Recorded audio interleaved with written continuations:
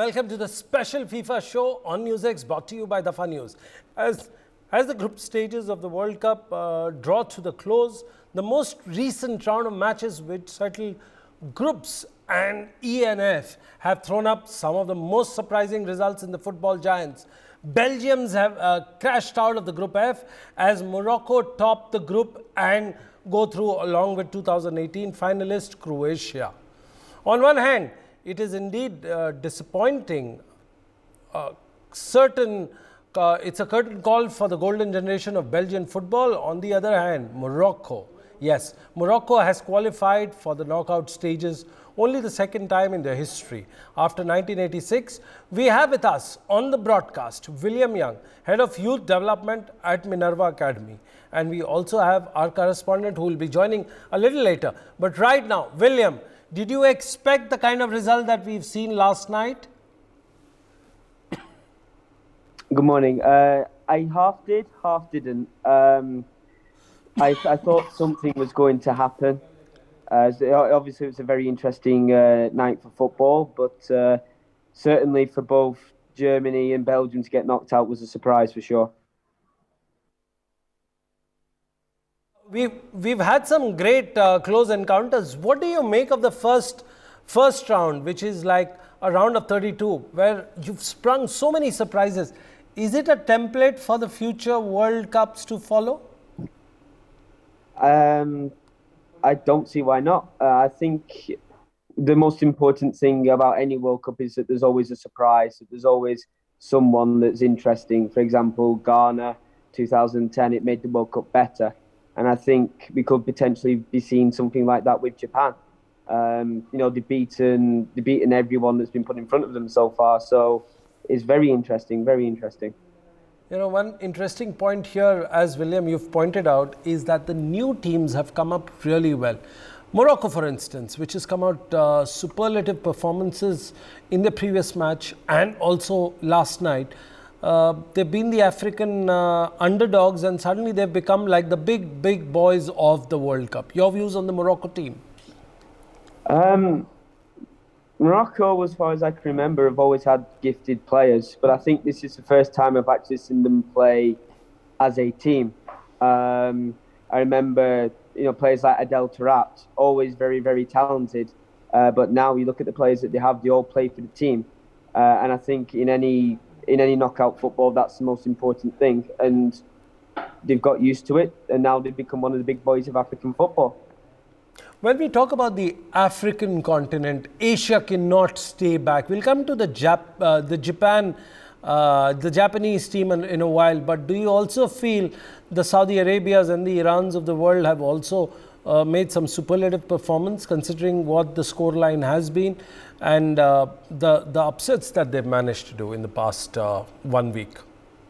Yeah, absolutely. I think they've made massive steps forward. As a continent as well as nations, and I think that's partly to do with the level of exposure that these countries are now getting. For example, if you were to talk about African football, Asian football, maybe 5-6 years ago, yes, no one would be able really to tell you anything about them. But now it's starting to get more exposure and it's getting more people interested. And the main thing is interest. Do you have a team that makes you interested? Do you have a team that gives you something? Once you have that, you start to create interest for the whole nation. And I think that's what we're seeing. William, we've discussed about the African continent. We've discussed about the Asian continent. Of course, we're going to come back on the Japan-Spain match in a while. But more importantly, somewhere down the line, do you think the European supremacy is going down? Look at the way the Belgium, the number 3 team in the last World Cup, has exited, and you have the Germany, the 2-time champions in the last 20 odd years, have made an unceremonious exit. And certainly your team is not doing good. So you think there is a way that it's coming down the hill, the European football? Your views, William? I think it might be more complacency. I think the problem that we have in Europe is the players know that they're going to get selected. So, for example, you can write the England team down on a sheet of paper. You can write the Belgium team down on a sheet of paper. We don't have anything to push us. We don't have anything to strive for. But now we've been caught off guard a little bit in terms of how well the other continents have actually started to play. And it's caught us off guard. It really has. So maybe not. William, is it a mix of both the effects where where their performance is going down and suddenly you see a lot of performance coming up of the Asian and the African team? Is it a mixture of both, or Europeans have become plain simple, as you call them, little complacent? Yeah, I think it's a mixture of both. I think that's the best way to put it. I think we're so used to just thinking, yeah, we're going to win, when in reality these teams are good. Same thing that happened with Spain and Germany, with Japan. That's the best example I can give you right now. You know, sorry. Yeah, so it's a very interesting topic, and I think it's partly to do with both. Yeah. William, more important point that our viewers and fans have been writing to us is that both the leagues, I mean, you look at the Bundesliga at the European and the English Premier League, they've done some superlative job. They've been pumping in money. They've been creating new talent for the world. But at the same time, their home country hasn't been able to make any dent. Would you agree to this? Would you subscribe to this thought? And would you agree to the fans' observation?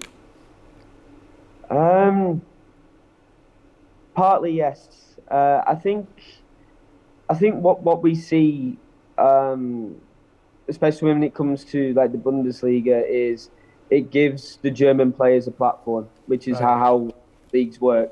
Same thing for England. We try and give all our English players a platform, and maybe it backfires a little bit in that some players get more exposure than what they're worth, and then maybe some players who deserve more exposure don't get it. But then on the other hand, I think if you're going to build a national team, it's very important that your league helps develop the national talent. For more such videos, subscribe to the NewsX YouTube channel, hit the bell icon.